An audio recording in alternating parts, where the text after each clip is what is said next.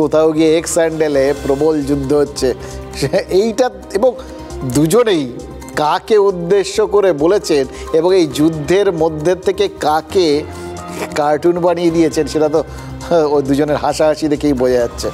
আর দেখছিলাম আর মনে হচ্ছিল জানেন তো, সেই অমোঘ প্রশ্নটা, ন্যাড়া কবার বেলতলায় যায়। বাংলা প্রবাদ হচ্ছে ন্যাড়া একবারই যায়, কিন্তু সুকুমার রায় যে ন্যাড়াকে চিনতেন সেই ন্যাড়া মাসে অন্তত 25 বার নাকি বেলতলায় যেত। এবার ডোনাল্ড ট্রাম্প কি প্রমাণ করবেন যে তিনি সুকুমার রায়ের ন্যাড়া নাকি বাংলা প্রবাদের ন্যাড়া, সেটা তো তার ওপর ডিপেন্ড করছে।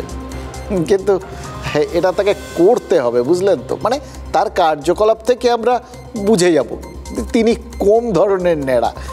কারণ আজকের পর ডোনাল্ড ট্রাম্প দুটো কাজ করতে পারেন, এক হাত কামড়াতে পারেন, আর দুই ওই কানাডার প্রধানমন্ত্রী মার্ক কার্নিওকে ফোন করে অথবা সোশ্যাল মিডিয়ায় পোস্ট করে যেভাবেই হোক আর কি সোজা কথা গালাগাল দিতে পারে। কারণ প্রায় শেষ মুহূর্তে নরেন্দ্র মোদীকে G7 বৈঠকে আমন্ত্রণ জানিয়েছিলেন তো এই কার্নি। এবার ভারতের প্রধানমন্ত্রী যদি ক্যানাডা না যেতেন তাহলে তার সঙ্গে ম্যাক্রোর দেখা হতো না, আর ম্যাক্রোর দেখা না হলে এভাবে সবার সামনে হাসাহাসিটা হতো না, ডোনাল্ড ট্রাম্পকেও হাস্যাস্পদ হতে হতো না।